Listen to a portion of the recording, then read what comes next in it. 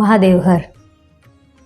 ગવાશનાનામ સશૃણોતિ વાક્યમ અહમ ચ રાજન વચનમ મુનીનામ ન તસ્ય દોષઃ ન મદ્ગુણઃ સંસર્ગજા દોષ ગુણા ભવંતી.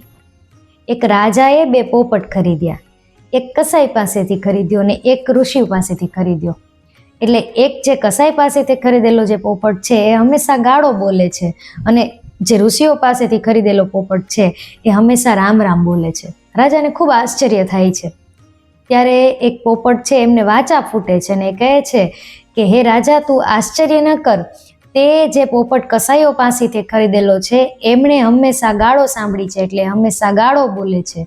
અને મને તું ઋષિઓ પાસેથી લઈ આવ્યો છો, એટલે હું હંમેશા ઋષિઓ સાથે રહ્યો છું, એટલે મેં ઋષિઓ પાસેથી રામ રામ રામ સાંભળ્યું છે, એટલે હું રામ રામ કરું છું.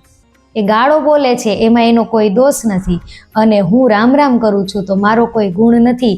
હકીકતમાં તો સંસર્ગ જેવો છે એવા જ આપણા દોષ અને ગુણ બને છે.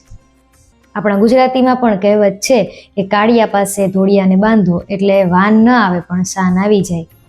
એટલે આપણે આપણા બાળકોને નાના હોઈએ ત્યારે તો ખૂબ સારી સારી વાતો શીખવાડતા હોઈએ છીએ, સંસ્કાર આપતા હોઈએ છીએ, પણ શાળા કોલેજમાં જ્યારે જાય ત્યારે ક્યારે સંગત બદલી જાય અને ક્યારે એની રંગત બદલી જાય એ ખબર નથી રહેતી. એટલા માટે હંમેશા સંગતનું પણ ધ્યાન રાખવું.